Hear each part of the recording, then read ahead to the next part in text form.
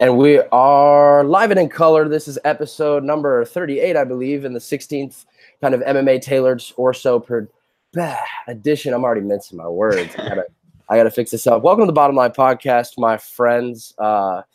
As previously indicated, the aforementioned MMA style of podcast means if you're not a fight fan, you've clicked on the wrong thing today, as we're going to be breaking down UFC 228. I obviously am your host, Davidson Baker. Thank you very much for joining me, and I am joined today. Last week I had the European side of the world. I've had a couple of American co-hosts on these podcasts, and now we got to go north of the border for today, as I am joined and pretty much very fortunate to be accompanied by the host and creator of Fight Night's Picks, my friend Craig Allen. How you doing today, man? Awesome, Davidson. Thanks so much for having me on. Yeah, you can find me on Fight Night Picks YouTube channel. Get the iTunes and the Stitcher podcast, and as well FightNightPicks.net. I've got all sorts of neat articles, and I'm really looking forward to this weekend as well. We've got UFC Fight Night in Moncton coming up in October, so I'm looking forward to covering that one. Yeah, that poster just dropped too. I love it, dude. Yeah, it's pretty cool.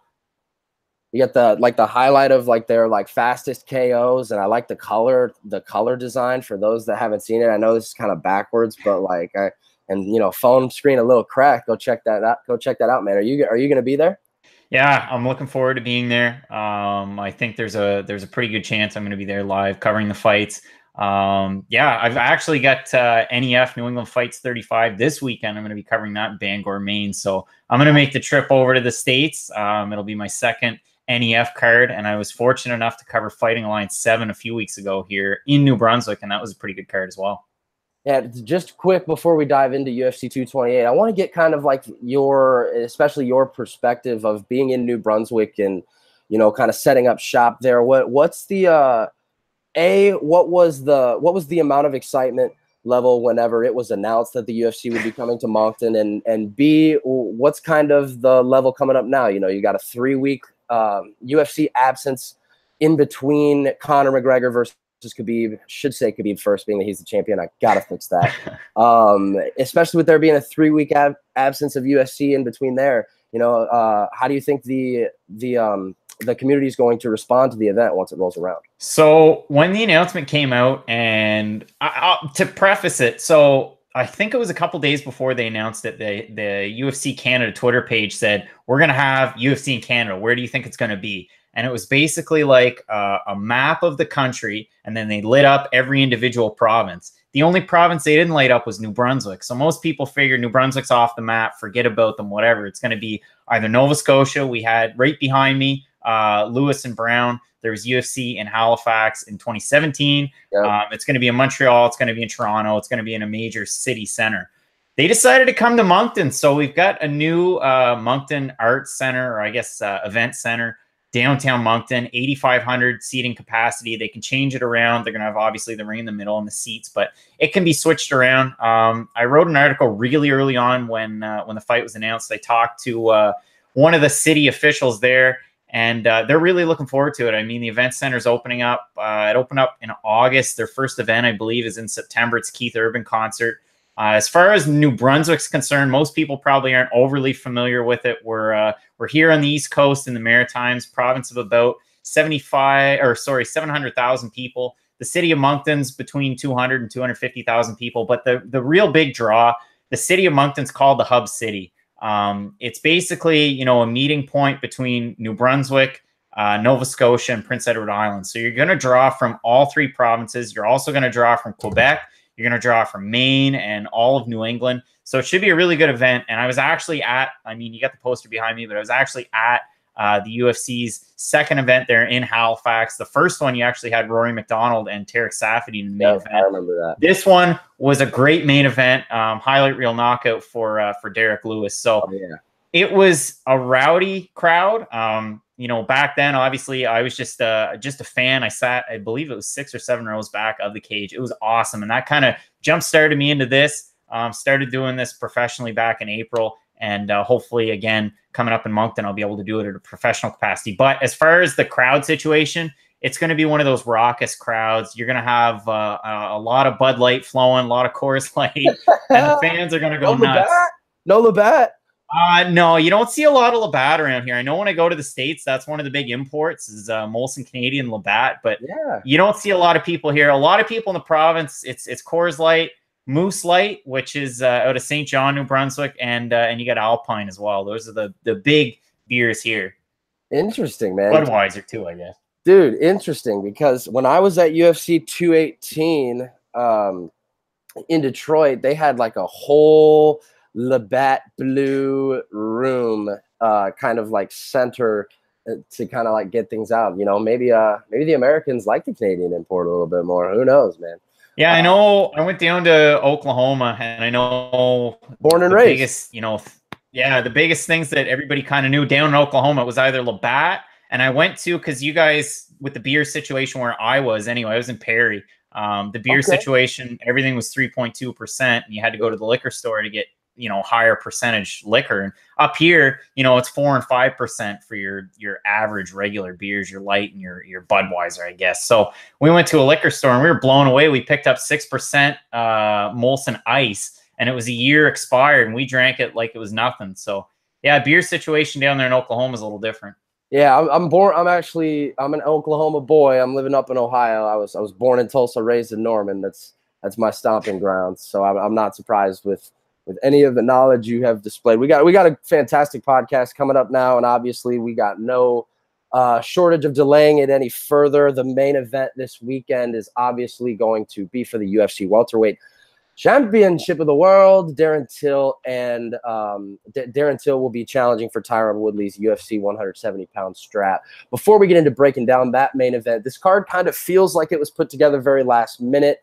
You obviously had contracts go out to both Chris Cyborg and Amanda Nunes, and Amanda kind of balking at the notion, needing a little bit more time, and understandably so.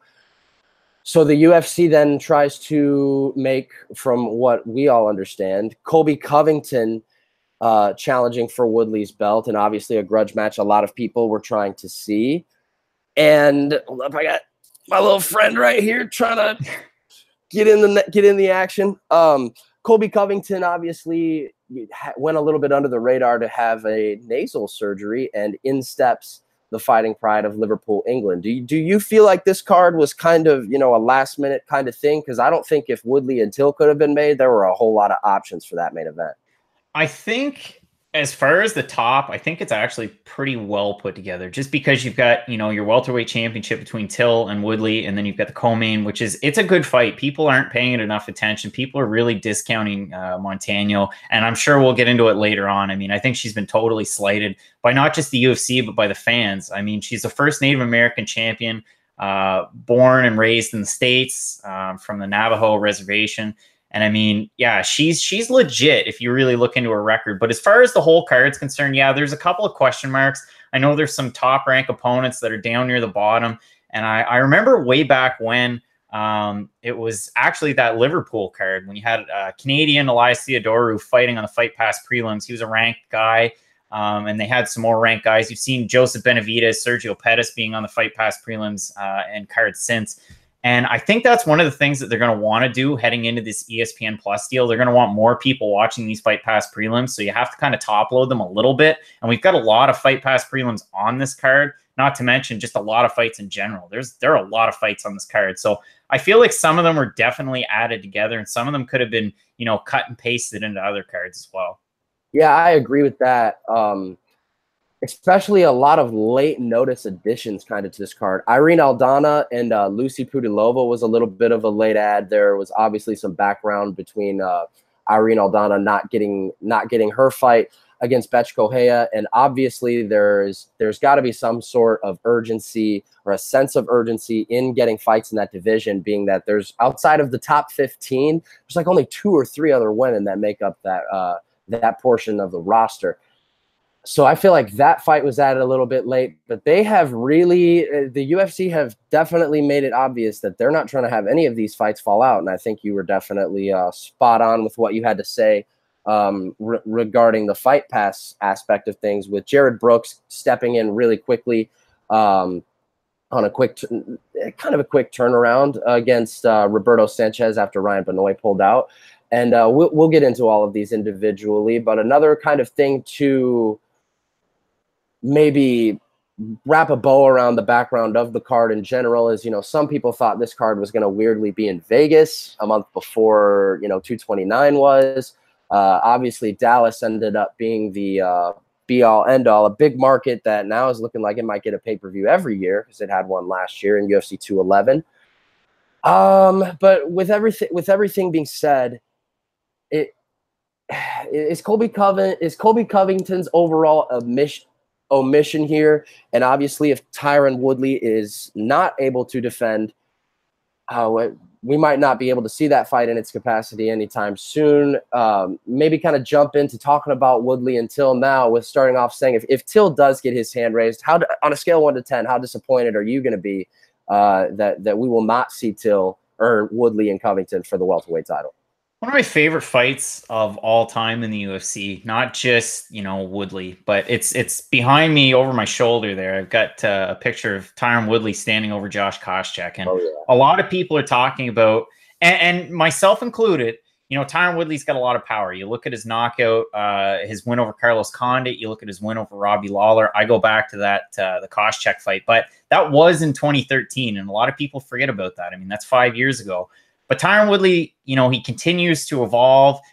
He's been a really defensive fighter in his last few fights. A lot of people kind of find it, it's lackluster entertainment-wise, but at the same time, he's been able to keep his title, work a lot more on Fox. He's got a show there with TMZ. He's making money in some capacity. So while they may not be entertaining fights, he's been able to keep the belt and make some more money. As far as disappointment, if Till wins, I mean, let's see if Darren Till makes weight, first of all. He complained last week when he was talking to members of the media. He looks sluggish in his workouts. He's working out at Extreme Couture in Las Vegas with his coaches from Liverpool. So first of all, let's see if he makes weight. I was really interested when the UFC came out and said Kamaru Usman's going to be the alternate just in case something happens, which I think is a really great plan. We've seen it happen with Thiago Santos in the past at the Ultimate Fighter Season 28 finale, which was a really good thing. I mean, you always should have a backup for one of those main events just in case it falls out, because you're left with a co-main of Shevchenko-Montano, and that might deter people from buying the pay-per-view. So good on the UFC for having that. I put out a poll the day it happened and asked fans, what do you think about Usman being in? Who do you think should get the fight if one of these guys drops out? Covington, Usman, other. And a lot of people said Covington. A lot of people discount Usman, and you shouldn't, based on his previous performances. I mean, big win over Damian Maia. It was a shame that Maia has come out and said, I've only got 4 or 5 fights left in my contract. So, where's my incentive at this point? But still, with broken hand or 2 broken hands for Usman to get a win, it's still tough to beat Damian Maia. So good on him. But yeah, I mean, as far as Darren Till's concerned, I don't know. I mean, how do you see this fight going? Darren Till, to me, if you're going to, because what the UFC likes to do is they like to make common opponents for a lot of these guys as far as their own, kind of war room ladder they kind of build to the top. And when guys have common opponents, even though MMA math, as we all know, does not make any sense and never will make any sense in its own capacity, it's a good way to kind of gauge where guys are and if they're ready for certain tests. And where I'm leading into by saying all of that is obviously the common Wonder Boy matchup. And Wonder Boy, we've clearly seen enough of Woodley and Wonder Boy. We have 10 rounds of a sample size of it, as a matter of fact. And what I learned in kind of dissecting the comparison between Till going 5 rounds with Wonder Boy and Woodley's 10 is that a lot of people are really gauging this matchup as if it's going to be similar, and I don't agree with it. I think Till, in comparison to Wonder Boy, sure, like the dimensions of his body are kind of similar, but Till isn't exactly more of a counter striker, even though he can counter strike. He's more of a pressure fighter. He's going to want to get in guys' face, and he's going to want to press the action, which he could not depict against Wonder Boy. I mean, if you go and press the action against Wonder Boy, there's a great chance you're going to get caught.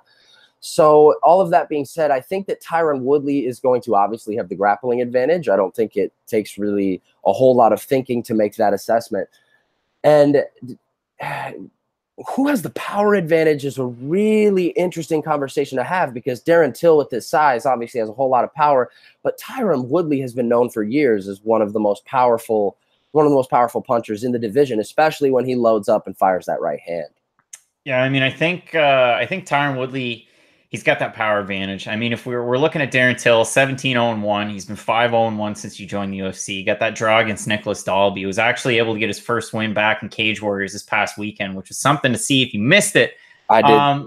Yeah, like as far as the fight goes, I think a lot of people think it's going to be a counter-striking matchup, myself included, for a host of reasons. I mean, if we're looking at Darren Till, he fought Cerrone. The only way to beat Cerrone is if you back him up into a corner. He's not good when he's backing up. He got the win there. So good for Darren Till. I mean, going up against Thompson, there's so many different weapons, so many different things he can throw at you that, yeah, it made sense for Darren Till to counter-strike. Now, we've seen Tyron Woodley be tentative in his last fights, but it's a smart type of tentative. So I think in this fight, what he's going to do, like he said, match. If you go really into it, I mean, he's definitely got the extra edge. Former Division I All-American with Mizzou.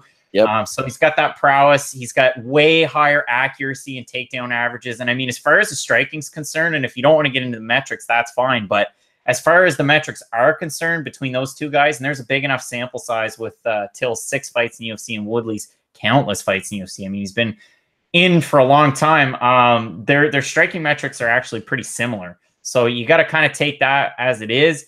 But Woodley, obviously, with a huge grappling advantage, and I think that's what he's going to use. And if he lays on Darren Till for 5 rounds, so be it. But Till, I was on this train for the longest time. You know, he moved to Brazil. What did he learn for jiu-jitsu? But in all the research I've done for this fight in specific, and I've gone deep into it, I haven't seen much of a Brazilian jiu-jitsu background in him. I've seen more of a Muay Thai, and that's kind of what he trained when he was in Brazil. And he had amateur fights and professional fights, and he went 12-0 and had 8 fights in 2013. But I'm still kind of worried, is there a Brazilian jiu-jitsu background? Because I haven't seen him work on it. And if there's not, then advantage Woodley.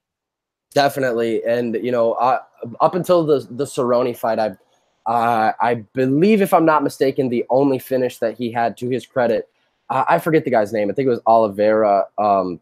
When he finished on top and half guard with elbows, in his debut. I'm pulling up that track record right now just to make sure my facts are straight. And the name of the guy was Wendell Oliveira. So what I've seen as far as his ground game is concerned is, obviously there's no reason for Till to want to be operating or try to have any type, as far as his game is concerned so far, of attacks off his back. He is going to want to really use his size and kind of like the girth of his strength with that absolutely huge frame for a welterweight, and try to execute in top position if it does get to that, if it does come to that point. But as far as being able to attack off his back and maybe passing guard and doing all of the things that, you know, someone well-versed in Brazilian Jiu-Jitsu would be, yeah, I got to say that I'm in agreement with you. I haven't seen a whole lot. I think he only has 1 win by submission to his name. One by, it was inverted triangle choke, and the other one by toe hold. The old Frank Mir, Tank Abbott toe hold. That's interesting. Yeah, I'm seeing that right. I'm seeing that right here. 2 out of 3 wins on the Brazilian circuit. The rise of Darren Till has also been incredibly rapid, and obviously a guy that makes sense to push, being that he's outspoken, he's confident, he walks around like he knows he's the best in the world, and all of that being said, that needs to be something that a guy that needs to become a world champion needs to hold himself to, that distinction. The consensus view here is, you know, what is going to be Tyron Woodley's game plan? Is he going to try to take him down? My instinct says yes. But people differ with it on me. What do you think Tyron Woodley's game plan is offensively?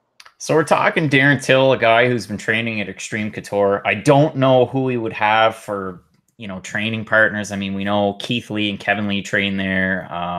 Ryan Couture trains there, kind of, I guess, size-wise, maybe somebody that he could train with, but he'd want to have somebody like a good wrestler to train with. As far as Tyron Woodley's concerned, with Rufus Sport, I'm sure, you know, where he's a champion, he could bring in anybody to train with, and I'm sure he's going to be well-versed on the ground. I think that's going to be the game plan. I think it's going to be maybe the first round could go where they just try and wait each other out, gauge distance. But for Woodley to win, yeah, he's definitely going to have to take it to the ground.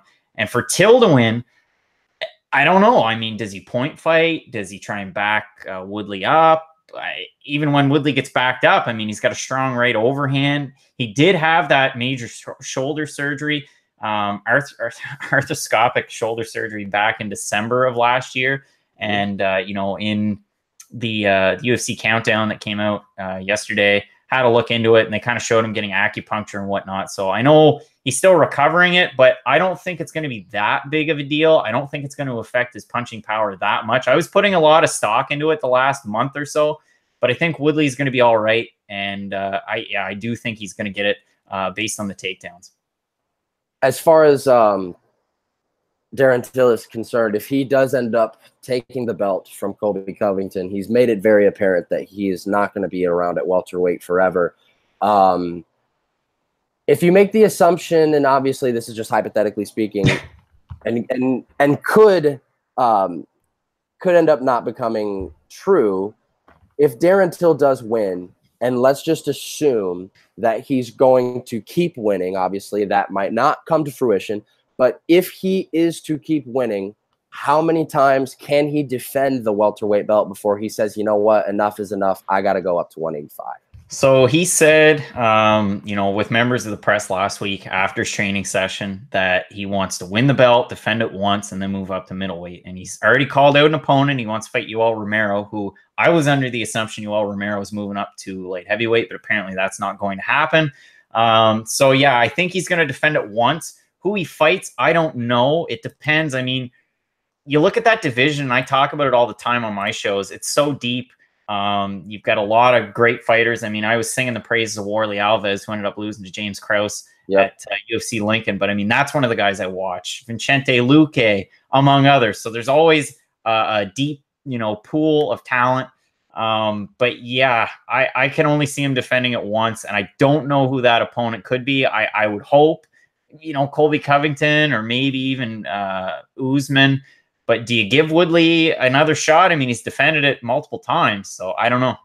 I don't think they'll give it to him right away. I think especially with how sour the recent history of the interim championship has become. You know, if you look at the last few, obviously, Covington did not get a title unification bout. Ferguson did not get a title unification bout. Whitaker did not get a title unification bout. And Romero, I guess, would have, but he missed weight. Yeah. So all of that being said, it will really put another dampening kind of touch on how interim titles are going to be viewed by the general public going forward, which is already not, you know, everyone's favorite topic. I think you got to give it to Covington if you want to save any type of face of that at all. Now, if you as the UFC want to continue to put no importance on interim titles whatsoever, then I mean, maybe give him a rematch, obviously depending on how the fight goes. If Till starches him, I don't know if that will come to fruition right away. But all of that being said, my first initial thought would be Colby. Do you agree, or do you think that maybe Colby has to fight one more time? Or if Till starches Woodley, you don't think Woodley would get an immediate rematch, do you?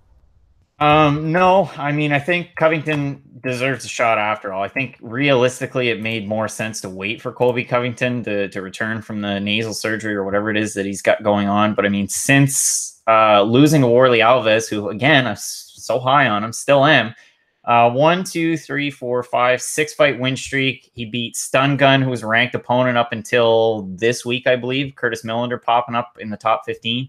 And he hadn't fought since that fight, which, you know, I've questioned the rankings a number of times, and that's one of my guys.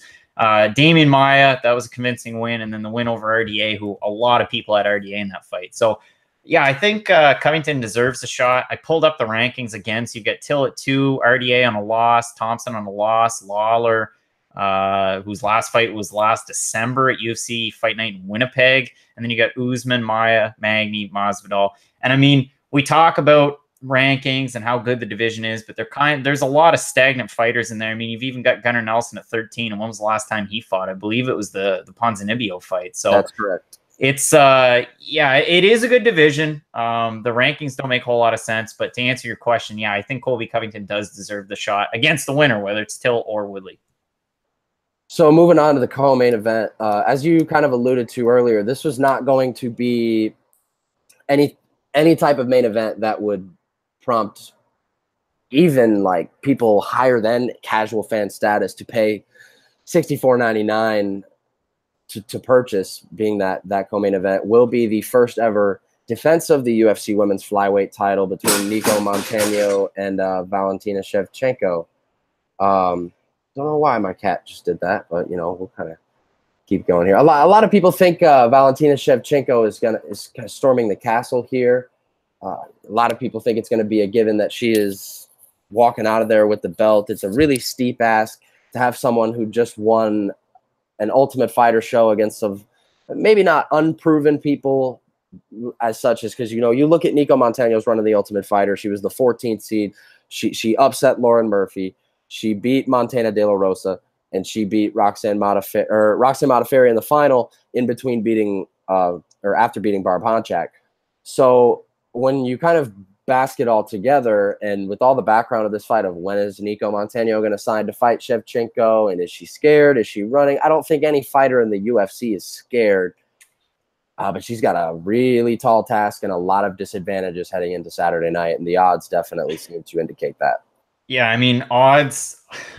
That's one of the things that you kind of started to talk about it. And one of the things that I put a little bit of stock into as well, I mean, you don't want to look into, fight math or whatever you want to call it. But as far as the odds are concerned, yeah, I like to know what gamblers and odds makers are kind of thinking as far as the line shifts going into a fight and who they favor. And I know Shevchenko, I mean, I was having a look at it there earlier. Let's bring it up. Shevchenko, on some of the sites, she's kind of between a minus 1275 to a minus 1650 favorite. Montano between plus 825 and plus 750. And I mean, that speaks volumes.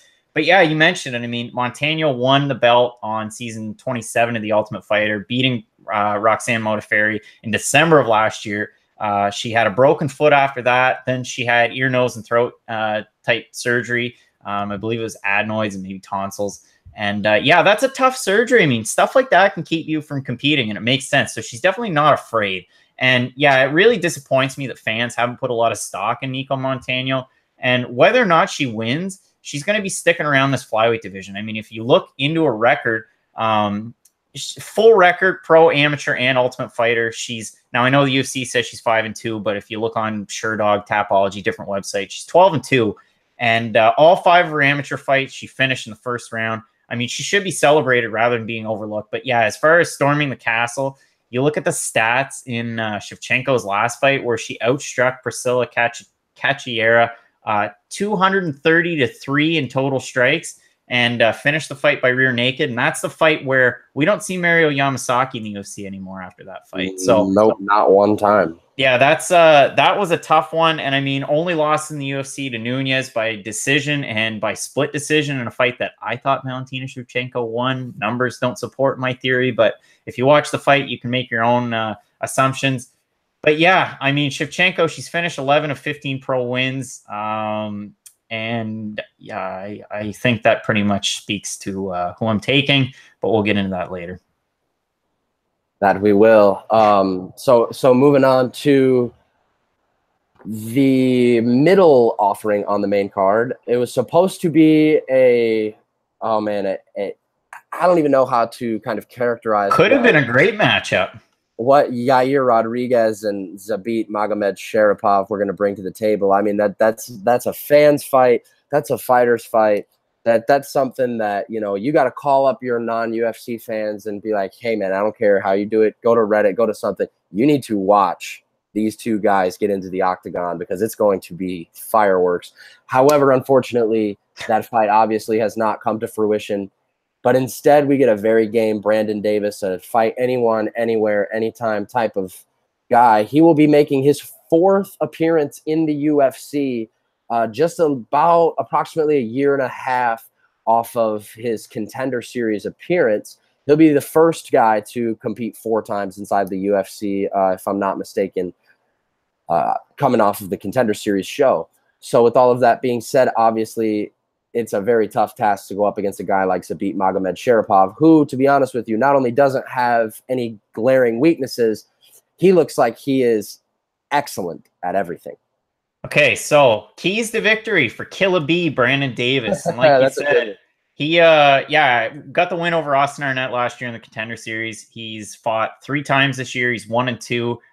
Barn burners of fights. I get to see him fight at UFC 220 in Boston in the spring.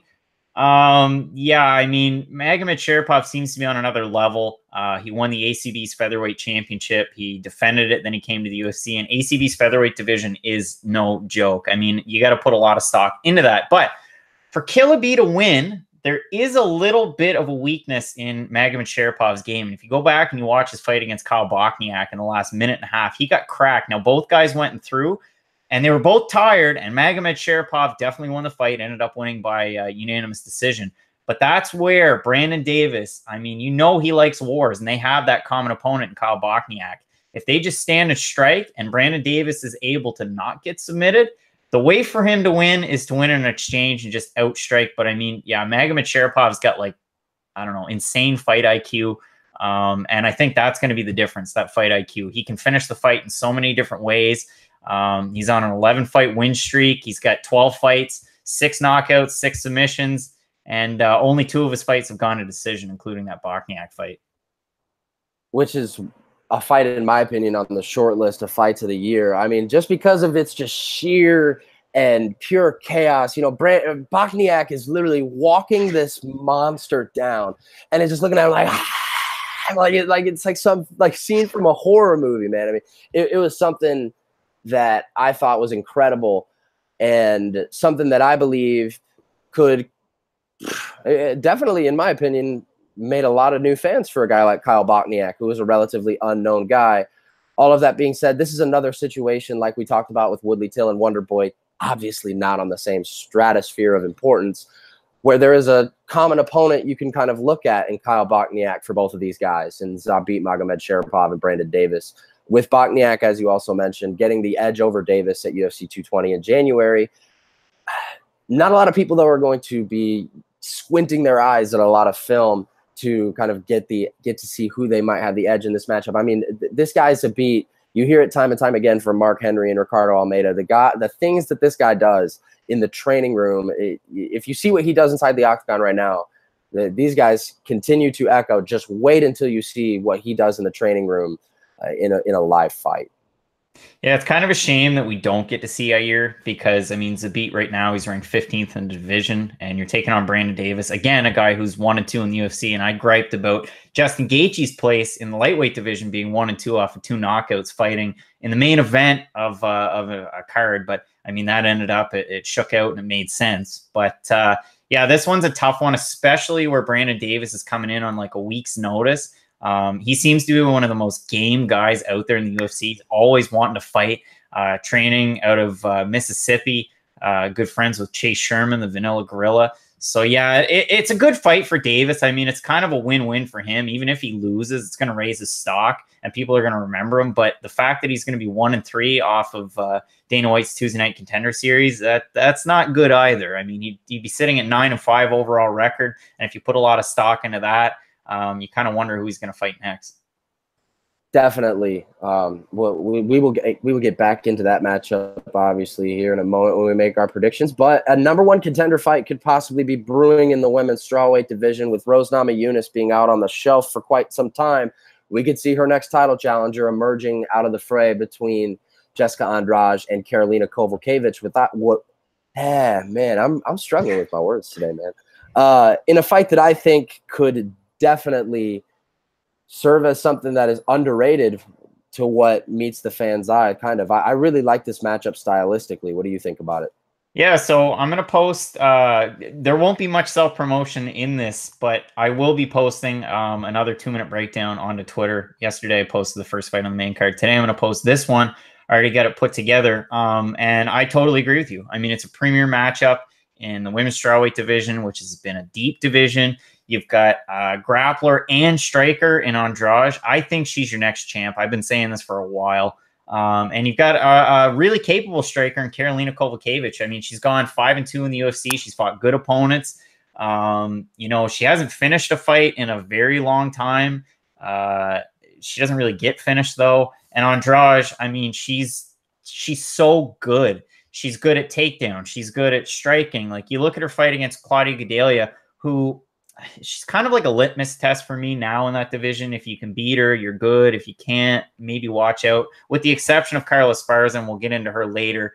I put a lot of stock into Carla Esparza, but yeah, I mean, Andrade in that fight against Gadelha, she outstruck her 242-47 and had went 4 for 7 in takedowns. And then she fought Tisha Torres and outstruck her 151-88 and outdid her in takedowns. She went 10 for 12. So that's kind of how I see this fight going. But for Kowalkiewicz, I think she has to point fight and keep it standing. And that's kind of her keys to victory there. It's going to be difficult, in my opinion, for a fighter with the style that Kowalkiewicz has, to maybe kind of lean on that point fight, game plan and mindset against a fighter like Andrade, who is, her nickname is Pile Driver in Brazilian for a reason. Not only because she executed a pile driver in a Brazilian jiu-jitsu competition, but it's because that is kind of how she fights. She is going to be coming at you, walking forward, chin tucked, fists ready to go.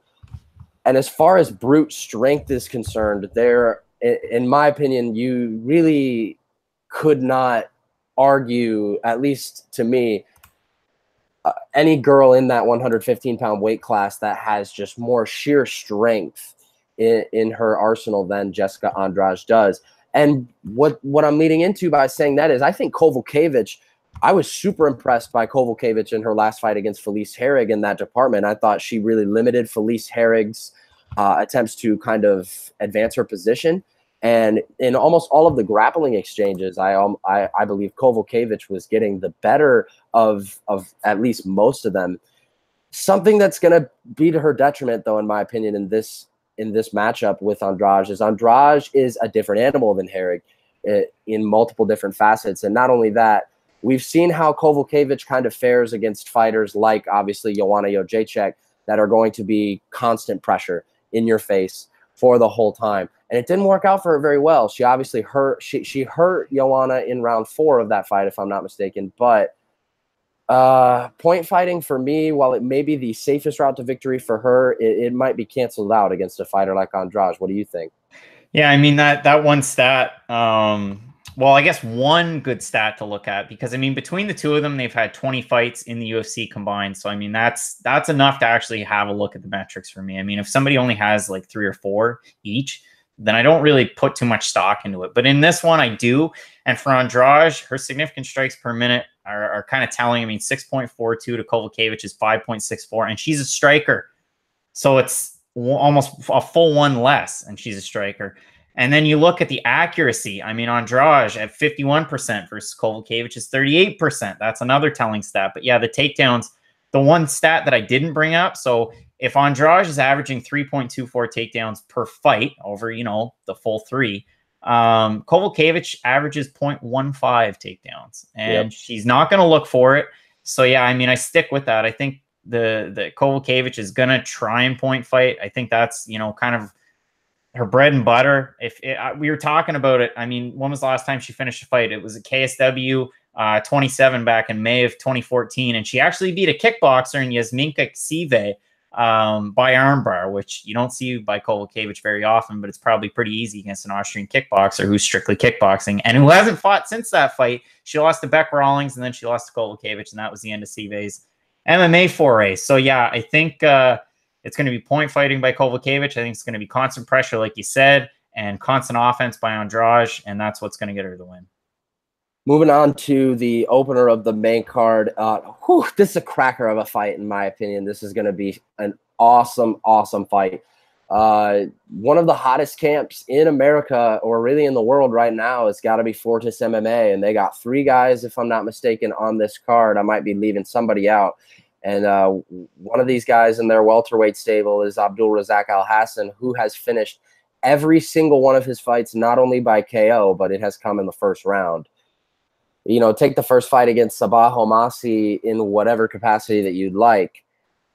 It still went down as one, and when they ran it back, we obviously all saw what happened, and SportsCenter Top 10 had to make a little bit of a mention about it. As far as Nico Price is concerned, obviously finishing Randy Brown with hammer fist from the bottom back in July. This is a fight that I would probably bet almost all of my life savings on not reaching the judges' scorecards. What do you think about this matchup on paper? I mean, that's totally fair. Abdulrazak Al Hassan, like I said earlier on, it's the most stacked division in the UFC. It's the most stacked division in MMA. We've seen Bellator coming out with a welterweight Grand Prix, and there's a good reason behind that. They also have a stacked division.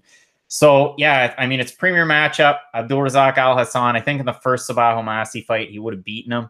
And then in the second one at UFC 220, again, another highlight reel knockout. And actually, I was surprised in Boston, the boo birds were out there for Sabaho Massi. The fans didn't like him, which was interesting. But as far as this fight goes, like you said, with Nico Price, how many times do you see a guy back to the mat, hammer fist win over rude boy Randy Brown? And I mean, say what you will about Randy Brown. He's a pretty decent opponent, pretty formidable opponent. I think as far as it goes, it's going to come down to the striking. I know Price is much more well-versed on the ground, but he's a really well-rounded fighter for sure. He's also got a 2-inch height and 3-inch reach advantage over Al Hassan, which is kind of telling as well. If he's going to use that to his advantage, so be it. That's probably how it's going to be. He's going to use height and reach, take the fight to the ground, and try and get the win that way. But as far as striking is concerned, Al Hassan outstrikes Nico Price 4.13 to 2.45 significant strikes per minute. And he's a lot more accurate at 44.68% versus Price's 29.67. And those are, both UFC stats. Yeah, I'm looking right at the same graphic that you probably are as well. And Price is a little bit more has a little bit more to work with as far as the height and reach advantage are concerned. A couple inches on height and 3 inches on reach. And that's coming off of, where he was at a distinct size advantage against Randy Rude Boy Brown.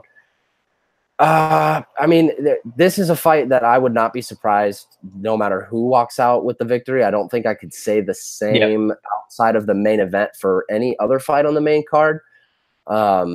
All of that being said, though, Al Hassan is the slight betting favorite as it is concerned at the moment. The accuracy of his punches and the volume definitely, I think, are going to make a difference with a guy like Al Hassan who, finishes all his fights in the opening frame. Yeah, for sure. I mean, I think takedown defense is going to be key for him, and hopefully it doesn't gas him out too much. And Nico Price, a lanky guy. And if he's going to get the win, most likely by submission. Moving on to the FX prelim portion of the card. That'll get started at 8 p.m. Eastern time on FX, not FS1.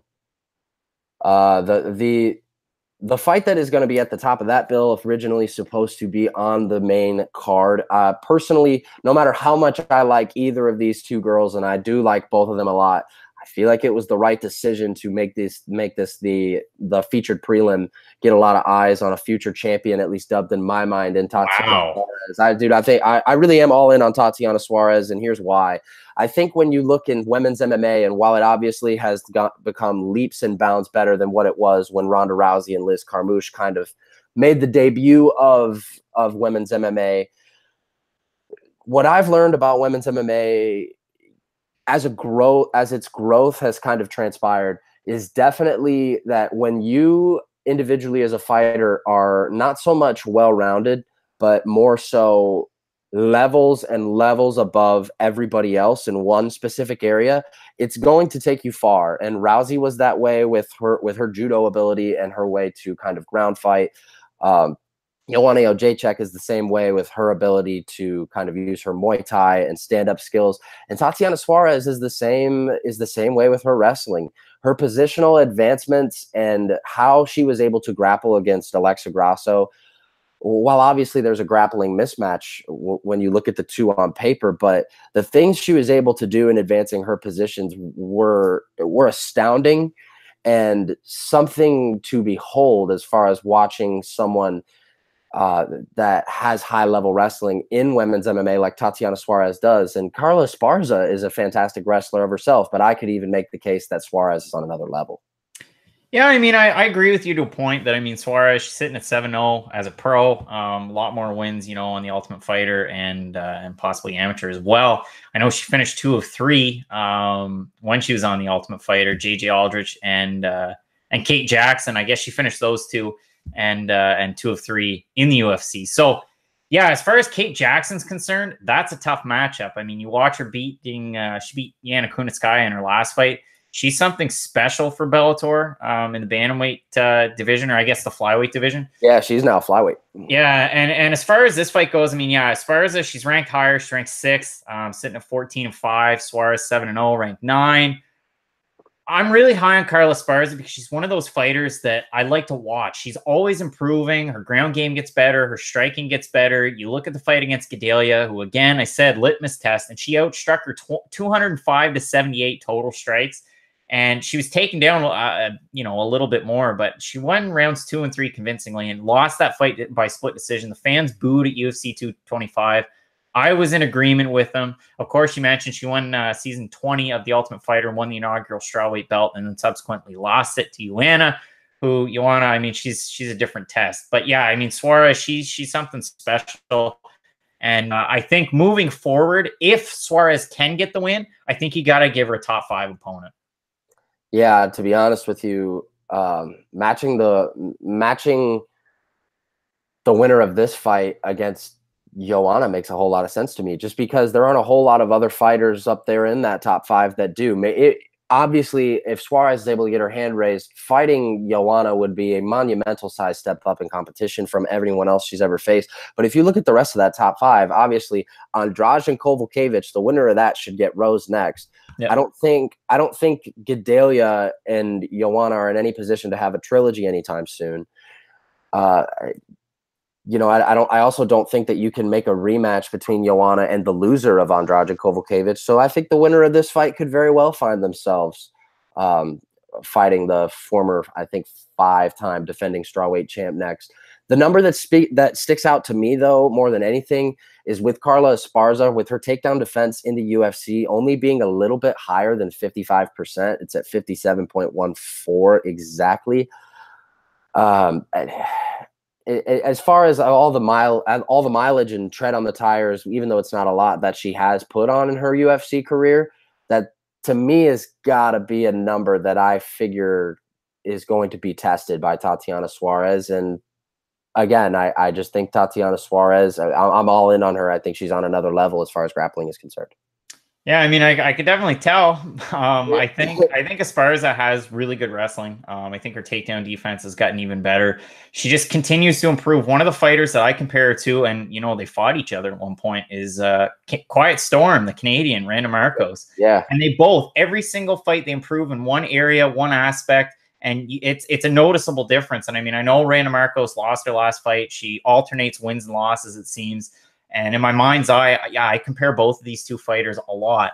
And I think, for Suarez to get the win, she's going to have to take the fight to the ground and get the submission. And if Esparza is going to win, she's got to keep the fight on the feet. She's got to outstrike her, has to have good takedown defense. And I'm sure that's one of the things she's worked at in her camp. So I really think that this fight, it's going to be close. I guess I didn't really look at the odds too much, but I know they're heavily in Suarez's favor. And that was the same thing when Esparza fought Gedalia.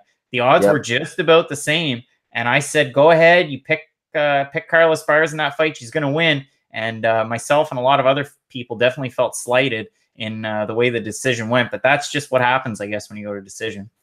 Yeah, I agree with you. I had Esparza winning rounds 2 and 3, definitely. And I think you're absolutely right to a T. Esparza definitely has shown distinct improvement in all of her fights.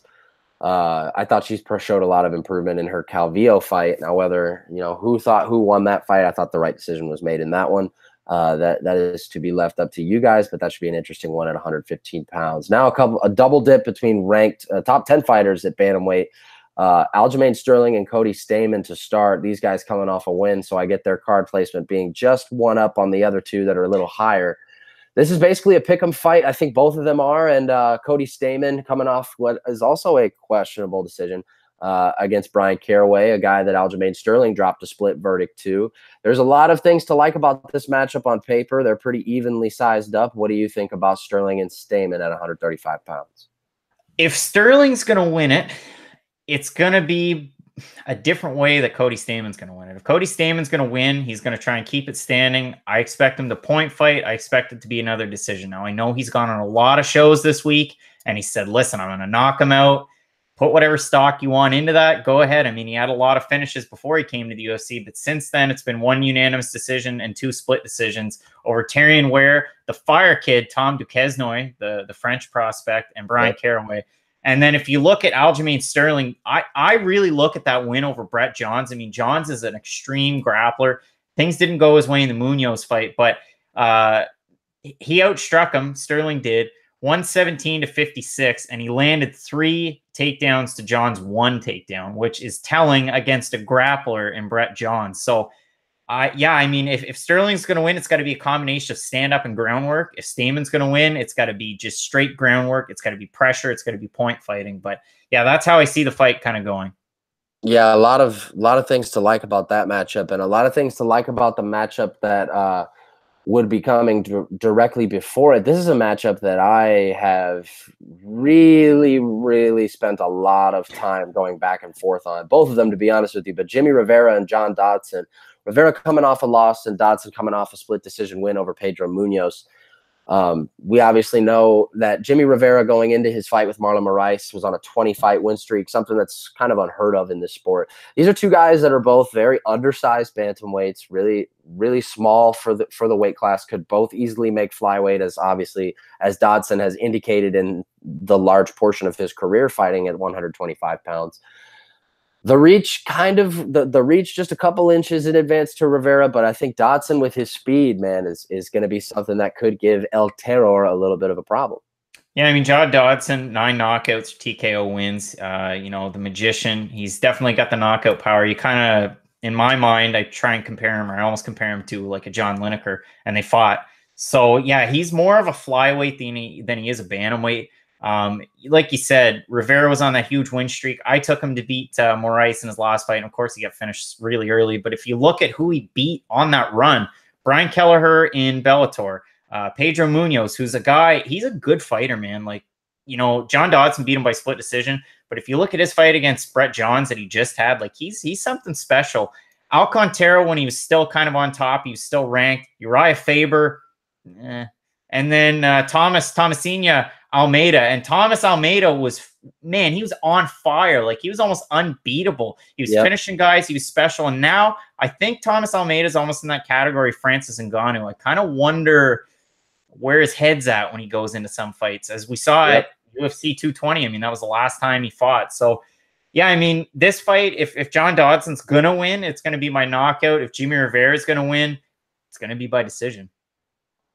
Yeah, we will we'll dive right back into what we both think is going to be on that one, and back to Fortis MMA kind of putting themselves into the forefront of things. You got Charles Kidd Dynamite Bird against Darren the Dentist Stewart. Darren Stewart coming off a win that without a doubt probably saved his spot on the roster against Eric Spicely, and he was super emotional, and it was really cool to see, in my opinion, a guy that, you know, had bared his soul and done a lot of things in one fight of the night in his fight against Julian Marquez, to finally get that official win on his record, given that he did have the no contest against Francimar Barros, against a guy like Charles Bird, who a lot of people are liking in this middleweight division going forward.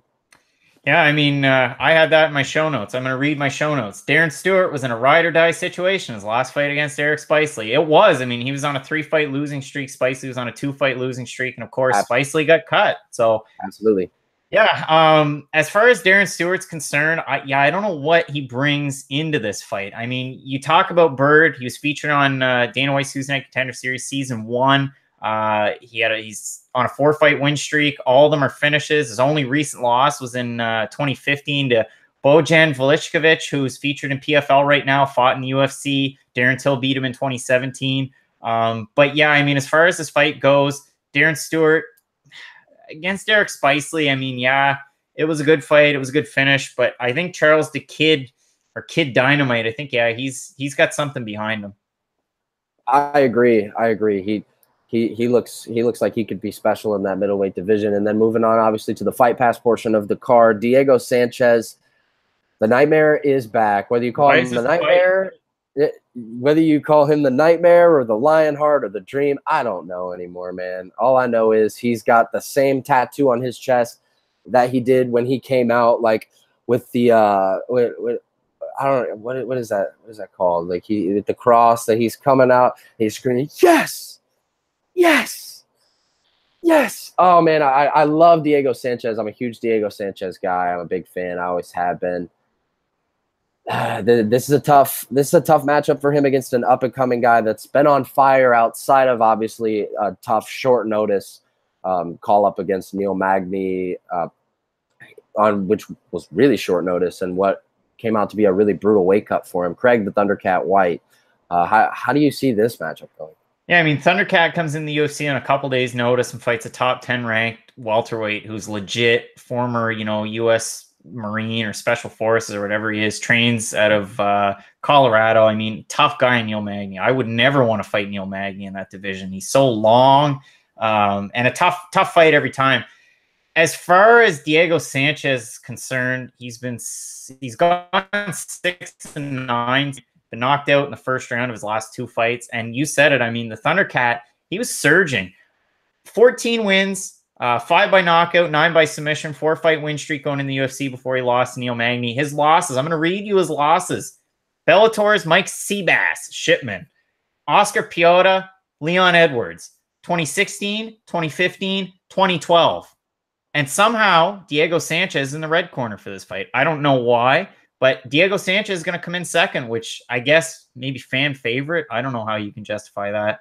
But yeah, I mean, as far as this fight goes, I wish Diego Sanchez wasn't taking more fights. If you watch The Anatomy of a Fighter, which every show I've been on, I've been talking about them, please, guys, reach out to me because I love the episodes. But yeah, we've seen a lot of Diego Sanchez training at Jackson Wink, and we've seen all the crazy stuff going on at Jackson Wink lately. But he seems to be game and wants to keep fighting. Power to him, I guess. But yeah, 29-11, Lionheart, dream, nightmare, Diego Sanchez. Whatever he is, I can't really put a T on which one it exactly is. Then moving on to another guy that is going to be in the red corner on kind of like the last days of his career. For the 5th time, Jim Miller is going to be able to extend his lead over everyone else as far as the most wins in lightweight division history. He's had 4 chances to do it. Got to imagine that if he can't get his hand raised against Alex the Spartan White, this 5th one will be his last. Yeah, Dan Hooker really kind of raised his stock with win over Jim Miller, which is great to see. I mean, I think Dan Hooker is really a force in the lightweight division. I think he's going to keep moving up. But yeah, Jim Miller, I mean, 4-fight losing streak, but he's taken on a guy who's 3-4 in the UFC and Alex White. I don't put a lot of stock into Alex White, but at the same time, Jim Miller, I mean, he's 35 years old. Where do you go from here? I don't know. I mean, yeah, I guess we'll have to get into it when we get into the predictions. But like you said, somehow Jim Miller's in the red corner on a 4-fight losing streak. And then in the women's bantamweight division, to be honest with you, I mean, I consistently hail this division as the worst in the UFC. But as far as 2 women that could definitely have a future in the top 5, these are 2 of them. Irene Aldana and Lucy Pudilova. This fight coming on a little bit of short notice for both ladies. And as we mentioned earlier on, Irene Aldana did not get her chance to fight Betch Correia in August. So now she gets this matchup with Pudilova. Yeah, I disagree with you. I think the worst division in the UFC is the women's featherweight division. There's no rankings on the website. They only sign fighters to fight Chris Cyborg. They signed Tanya Evinger and they told her, listen, you're going to get a contract fight in the bantamweight division. You're going to have this one fight against Cyborg. We're just bringing girls in to fight Cyborg. Those are her words on my podcast. She said that. So yep. I'm just quoting what she said. As far as this goes, yeah, I think it is, winner goes on and fights bigger, tougher talent. I mean, 8-4 Aldana, the Czech prospect, 8-2 Pudilova, and yeah, I mean, we'll make our predictions later, but I've got this one set in stone. I think I know who's going to win this one. And then Jared Brooks stepping in place of Ryan Benoit on the shortest of notice. Yeah, and he's got a big chance to really right the wrongs from his fight with Alex Shorty Torres or Jose Shorty Torres. Back in Utica. People got to remember, man, Jared Brooks is a guy who, in my opinion, and obviously in the one judge in Sao Paulo's opinion, dominated Davidson Figueiredo for 15 minutes. However, that was not that didn't come to fruition on the scorecards. A lot of people are really high on Figueiredo. I am as well, especially on his win over Moraga. But yeah, Jared Brooks is a tough out, unless he's outing himself, I guess. I mean, that was a tough one against Shorty Torres. He dominated in the first round. Shorty Torres is a guy, man, that star is starting to fade after his last 2 fights. I mean, even beating Jared Brooks, like, you won by slam knockout. It was something that would happen in WWE, not in the UFC. But yeah, as far as Brooks is concerned, super short notice. I mean, outside of the UFC, 2 knockout wins, 5 submission wins. And Sanchez at 8-1 with 7 submissions. And he beat, Dana White's Tuesday Night Contender Series fighter Joby Sanchez in his last one in first round. Rear naked choke in February. I mean, it's a tough fight for anybody. I don't even know what the odds are right now. I don't have them up in front of me. I don't believe the odds are out yet. No, exactly. So it's a tough one. I mean, really tough on short notice, but I'm pretty high on Jared Brooks. Me as well. And then the first fight of the night and last one we'll get to before we go rapid fire with our predictions. Jeff Neal and Frank Camacho. Jeff Neal, the third of my aforementioned grouping of guys out of Fortis MMA that are making waves, and Frank Camacho is looking to make it 4 for 4 on fight of the night bonuses. Yeah, going 4 for 4 on fight of the night bonuses is great, but if your record's 1-3 in those 4 fights, it's not great. And right now he's sitting at 1-2 in 3 fight of the night bonuses. Great fights. Missed weight when he was trying to go down to lightweight to fight Damian Brown. Yeah. And Hands of Steel is a great nickname for Neal, sitting at 9-2. I mean, he's finished 7 of 9 fights, riding a 3-fight first round finish win streak. That's a tough one for Frank the Crank. Yeah, it should be. So without further ado, let's get into these predictions. We'll go in straight order from top to bottom, kind of rapid fire style. I know we put the podcast back until 2 o'clock today for a little bit, but I'm a working man, and unfortunately I got to be at Buffalo Wild Wings in 50 minutes. So that sucks, man. I mean, I'm really not looking forward to that. Tyron Woodley and Darren Till at the top of the card. We talked about it, and the stylistic matchup could be, really dependent on who decides to go with what in their game plan. But for me, I really do believe that no matter how much stock I have put in Tyron Woodley in the past and how I do believe he might be the best welterweight on the planet right now, I believe it is Darren Till's time.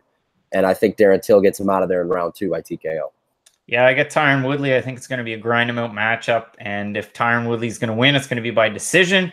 And I expect the strikes to be, like 3-1 in Woodley's odds, or in Woodley's favor. Co-main event, Valentina Shevchenko and Nika Montano. The odds currently posted are Shevchenko at a whopping minus 1,400. Does the Navajo shock the world? I know you have some stock higher than other people do in Nico Montano.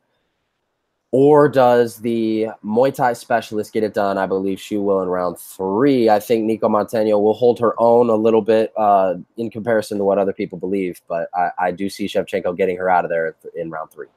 I don't like the way that Nico Montano has been slighted. Saying that, I think Valentina Shevchenko is going to finish this fight early. I think it's either going to be first or second round. And, I mean, you pick it. Knockout, submission, it's going to be a finish. Zabit Magomedsharipov is another guy that I think no matter whether it's knockout or submission is going to get the finish over Brandon Davis, who obviously more power to him for taking this fight on 2 weeks' notice. But I think Magomedsharipov might lock up one of his signature anaconda chokes in round 2. Ditto. It's going to be a finish. It's going to be a quick one. And if not, and like I said, if Brandon Davis is going to win it, it's got to be a tough, grind him out, knock him out type of fight. And he's going to be able to get the win at the end and try and test Zabit's, chin and his cardio, which we saw Bokniak do. But yeah, Magomedsharipov. Jessica Andrade, in my opinion, is going to fight the point fighter, Karolina Kowalkiewicz. Maybe not in point fight style, but a couple of takedowns, maybe some top control, and a couple of submission attempts, for me, will give Andrade the win by decision. You're going to see my 2-minute breakdown come out on Twitter later on today. I give my picks in these breakdowns, and at the very end, spoiler alert, Jessica Andrade is going to win. That's at Fight Night Picks on Twitter, right? Or is it your personal? It's going to be circulated around at Fight Night Picks on Twitter, but it'll most likely come out of at Craig Allen FNP on Twitter. Awesome. Just so some people can be looking out for that later. One of the toughest picks for me on this fight was between Razak Al-Hassan and Nico Price, and I think, as we alluded to earlier, the overall volume and accuracy of the Ghanaian-born fighter might end up getting him the win here, and I think his round 1 knockout streak will continue. Yeah, I mean, I gave my pick yesterday on Twitter. It's out there. People can check that one out. Same. Yeah, I mean, Al-Hassan, he's on this streak, and I think he's just going to keep going. But it might not be first round. I think it's going to be second or third round. Suarez and Esparza was one we kind of dived pretty deep into. And you kind of alluded that Esparza could easily be the one to get the win if the judges' scorecards come into play. However, I'm going the opposite direction, and also saying the judges' scorecards will come into play. I think Suarez dominates with her grappling under to a decision. I think if Suarez is going to win, it's going to be by submission. I like to play devil's advocate. It's almost like a tennis match. You go back and forth. But, yeah, I got Suarez in this fight by submission. Sterling and Stamen, I've actually changed my mind on this twice. This is a fight that I cannot seem to kind of figure out who I'm in favor for, and it might change again tomorrow, but as it stands right now, I think Aljamain Sterling is going to win this fight by decision. Yeah, I think Funkmaster is going to take this one too. I mean, Cody Stamen, props to him for saying that he wants to knock him out and get a finish. That's a good way to, encapsulate what you want to do. It's good to talk about it, and then once you go in there, you try and get the job done. But I think Aljamain Sterling's just got a few more tools in his tool belt. Jimmy Rivera and John Dodson. I know you earlier alluded to John Dodson's going to have to get this win by KO, maybe Rivera by decision. And again, I'm going to be leaning towards John Dodson here. I think another one that is back and forth for me, but I think he might get the win on the scorecards as well. Yeah, I got Jimmy Rivera on the scorecards. I think, while that knockout was tough, and I kind of question where does Jimmy Rivera go from here? I mean, he does still have a number 5 ranking. Does he end up fighting a top 5, top 3 bantamweight? We'll see. But yeah, I think Jimmy Rivera is going to be able to take this one by decision. Charles Byrd and Darren Stewart. The story of Darren Stewart is interesting, and obviously it was great to see his emotional outcry whenever he did get the win that he so on deserves in Liverpool, but I do think that story might have a little bit of a sour afterthought here. Charles Byrd by round 2 submission. I'm going to keep up the corniness. Kid Dynamite over the dentist. Careful with how you choose the nickname on this one, because we don't know what Diego Sanchez's nickname is. I'm a big fan of his fight library and everything in between. However, I think Craig White, a young up and coming and very big welterweight, is going to give him some problems. And I think White gets it done in round 1. Thundercat over Lionheart Dream Nightmare. Alex White, I believe, will also get Jim Miller out of there. And as far as who between the two, Jim Miller and Diego Sanchez, I would like to see probably wrap up their careers. I probably would like to see Jim Miller more so. Alex White by round 2 TKO. I figured that conversation was going to happen, and kind of kept a mental note. Diego Sanchez, but Jim Miller, I think Jim Miller still got it. And I'm actually going to take Jim Miller in this fight. I think, he's got a puncher's chance. He's great on his feet. And Alex White really hasn't done much for me. I mean, 3-4 in the UFC. Jim Miller I think he's still got it. Very, very interesting. You said you knew exactly who was going to win this one between Aldana and Pudilova, and I do as well. While Pudilova, surprisingly enough, is the underdog on the betting on the betting forefront, I like the Czech Republic fighter to get this one done. I don't know who made these odds, but they're wrong. If you look into Pudilova, I saved this to the end. Her only 2 losses are to former UFC featherweight challenger, but it wasn't for a title, Lena Landsberg, and she lost those fights by decision. So, I got the Czech prospect as well, Pudilova to win. Jared Brooks filling in on short notice. I do still think that Jared Brooks has a lot to offer for the UFC's flyweight roster, and I think that he is going to become the Cinderella story and get this fight done by decision. I agree as well. I think really short notice. I think it's been in the last 24 hours or so that this fight's really come together, and it was totally announced all over the internet. And while Roberto Sanchez is good, if you watch that the Joby Sanchez fight, I thought Joby Sanchez was going to win. Of course, didn't go his way, but yeah, I've got Monkey God in this fight. And while a fourth fight of the night bonus might be ideal for Frank Camacho, as you alluded to, 1 and 3 is not, and I see that direction coming on head first for this one. Jeff Neal, I don't think Jeff Neal's going to finish him, and I really am not sure if this is going to be fight of the night caliber with how Jeff Neal fights, but I do think that he is going to get Frank Camacho his 3rd loss in the UFC. Yeah, I got hands of steel in this fight, and I think this could be a fight where Frank Camacho might be finished. So now that we have gotten all of that out of the way, we're going to go over we're going to go through not as loaded as last week, but still some interesting topics as far as new fight announcements are concerned in the Ultimate Fighting Championship.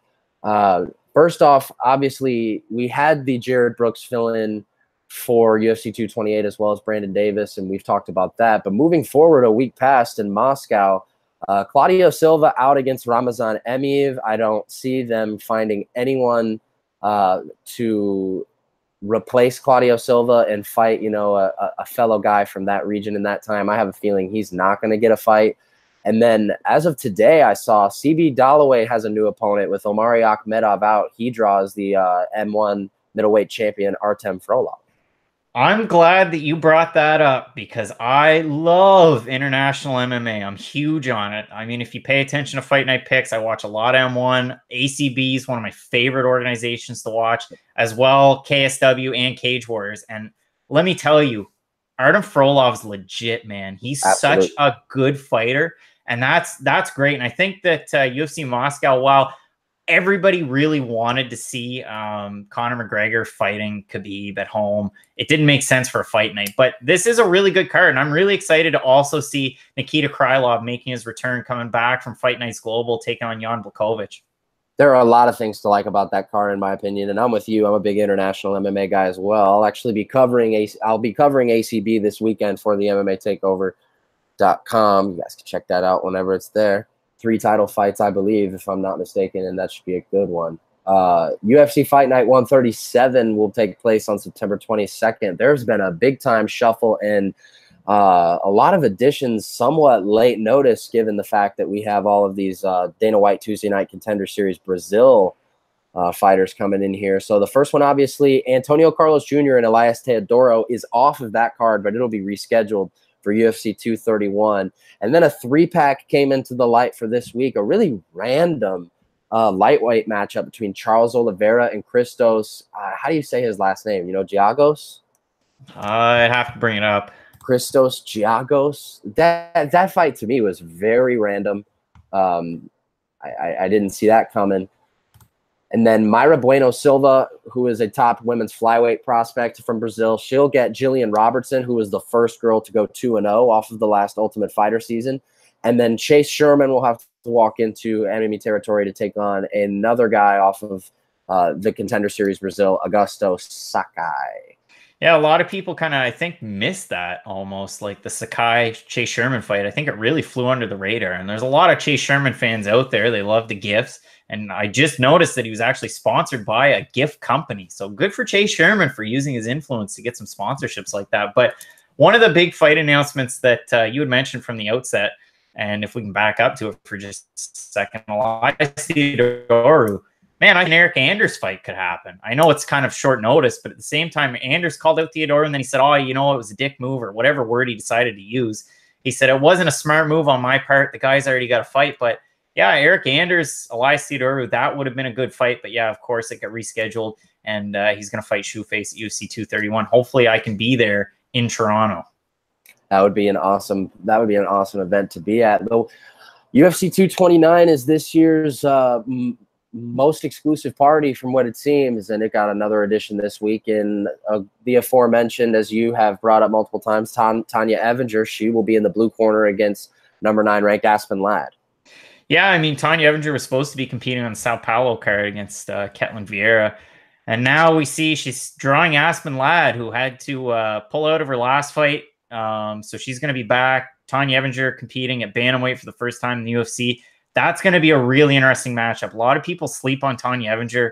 She really gave it to Chris Cyborg. I mean, she stuck around in that fight. We haven't seen a lot of fighters stick around like that. She had a really great run when she was in Invicta, win over Yana Kunitskaya, and I believe it was a no contest. I think she went 7-0-1 in Invicta, and was their bantamweight champ for a long time. So she's drawn a tough up and comer in Aston Ladd, somebody that the UFC's put a lot of stock in. It should be a good fight.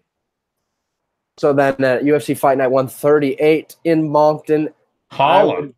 I would be very jealous, or I am very jealous that you're going to see this fight. This fight for me is phenomenal between two guys making their debut, Tay Edwards and Don Madge, who have a knack of finishing guys and finishing them pretty early.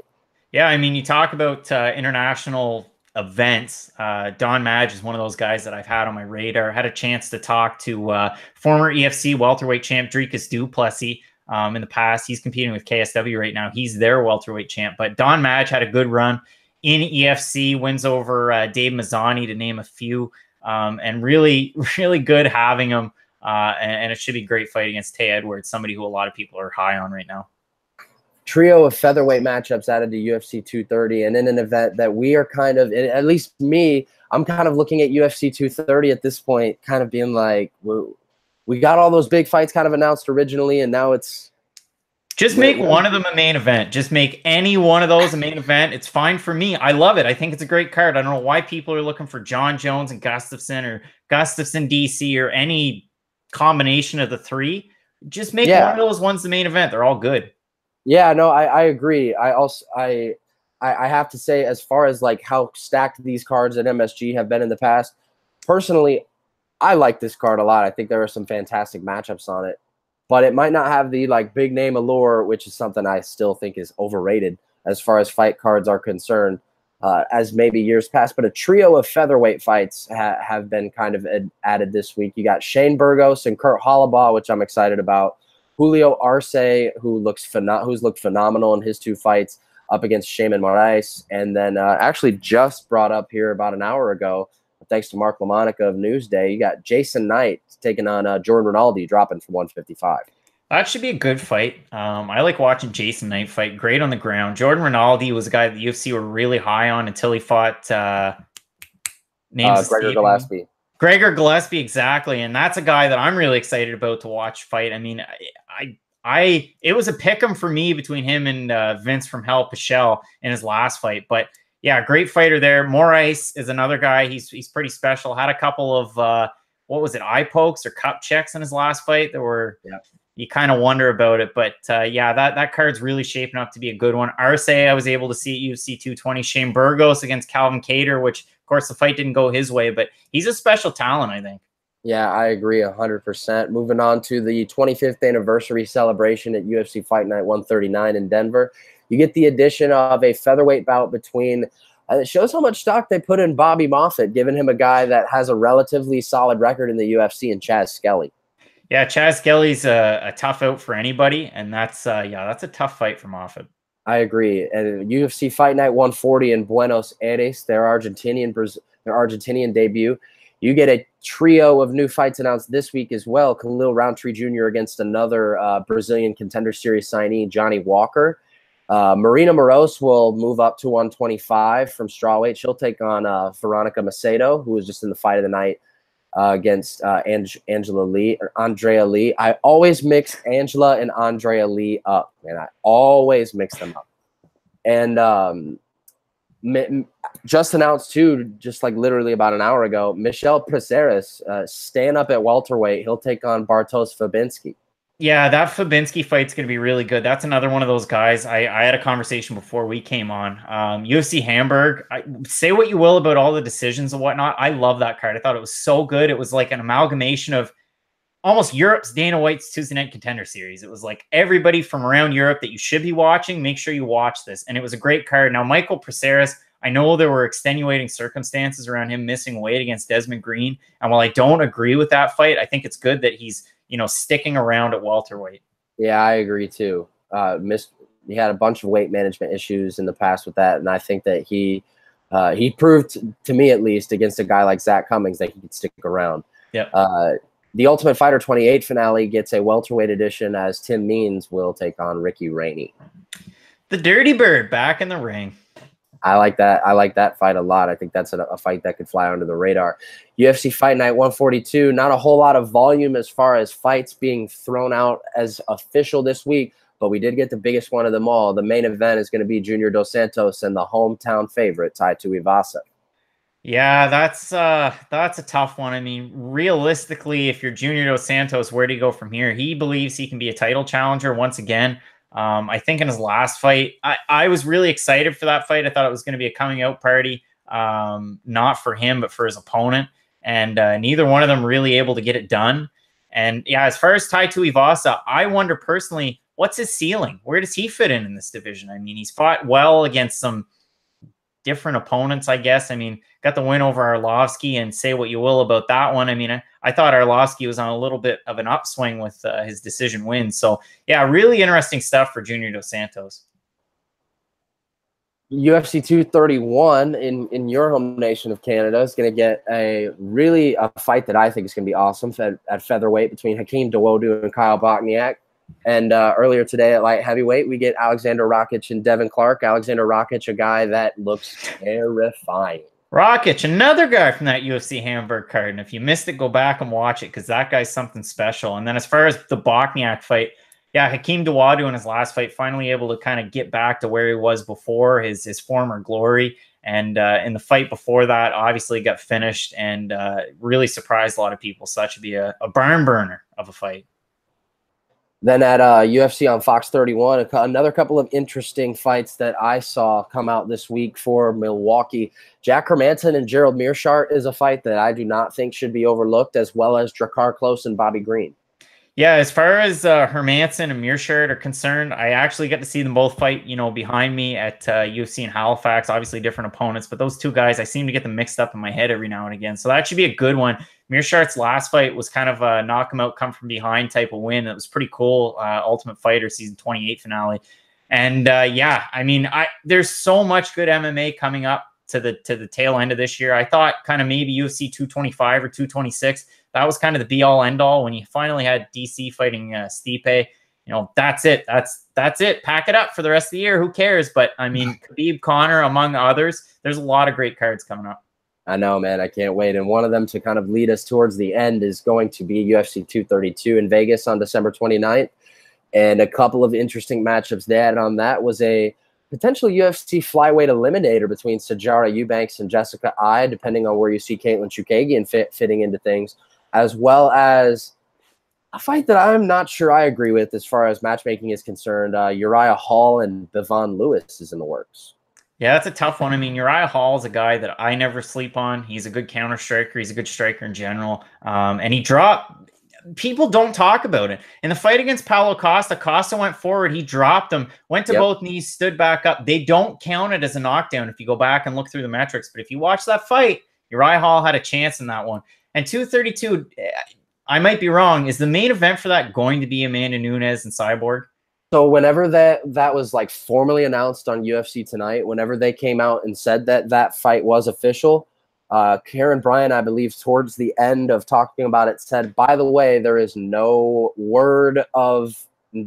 official word yet on whether this is the main event or not. I think there's a great chance that it's going to be, but obviously the deck probably needs to unfold a little bit more for the next couple of months before they decide if you ask me right now what's most likely, I would say yes. There aren't a whole lot of potential fights, in my opinion, that make sense for what could maybe headline in front of it. Yeah, exactly. I mean, I think it makes a lot of sense. And you're in the same camp as Heather Hardy, because when I talked to her, my question to her was, what do you think is going to happen? Do you think Cyborg Nunes happens before the end of this year? And what happens with Chris Cyborg next year? What does she do? Who does she fight? Because we talked about it earlier on in this episode. There's no division behind her. There's nobody she can fight. We've got this season of The Ultimate Fighter that they're looking to stack a division. I believe there's only one or two actual women's featherweights, true featherweights in that season. The rest of them are bantamweights who are moving up a weight class. So really interesting to see what's going to happen with Chris Cyborg. I think that she's going to end up fighting the Iron Lady or the First Lady of Boxing in Cecilia Braekhus next summer. I think that's going to be a huge event. It's not going to draw Conor and Mayweather numbers, but I think it'd be great for women's MMA, women's boxing, and I'm really looking forward to it. So hopefully it happens. Yeah, I agree. And Cecilia Braekhus being like kind of like the world beater in the women's boxing side of things, I think that could be a very potentially fun matchup. My friend Mr. Allen, I believe we've covered everything today. I'd like to thank you for joining me and giving me a lot of statistical insight on fights that a lot of my guests don't normally do. Again, before we say goodbye, maybe give everybody a reminder of where they can catch you on social media, and obviously your Epicenter Fight Night picks. Awesome, man. Well, thanks so much for having me. I had a lot of fun. It was a lot of fun to go down through and break a card, which is something I usually end up doing. Not going to do it this week, but you'll have my main card 2-minute breakdowns on Twitter. And I'll be actually covering NEF 35 Wicked Season from Bangor, Maine this weekend. I'll be live there. You can come say hi, and I'll have content on the website. So you can find the website, fightnightpicks.net. There's a new shop there. You can find the new Fight Night Picks word mark hoodies. That's a new thing. You got New Brunswick, Canada on there, and 2018 at the top. So neat stuff there. And yeah, check us out on YouTube, iTunes, and Stitcher. You can find the show and the podcast as well. Craig Allen FNP on Twitter and Fight Night Picks on Twitter. Thanks so much for having me again. I might have to search up that shop though, man. I like that sweatshirt. Oh, and you know what? Because you said that, I'm going to remind everybody, because a large portion of my listener base, you're in the States. And I know, New Brunswick, Canada, what have you, but the prices that are on the website, they're all in Canadian dollars. So you guys down in the States, you're going to be saving between 24 and 25% off of that. All right, man. Thanks again for coming on, man. I also had a lot of good time. Had a lot of a good time today breaking down this card, and I look forward to seeing where we're going to get it right and where we're going to get it wrong on Saturday, man. Again, cheers again for joining me, and thanks a lot. Thanks. Mm-hmm.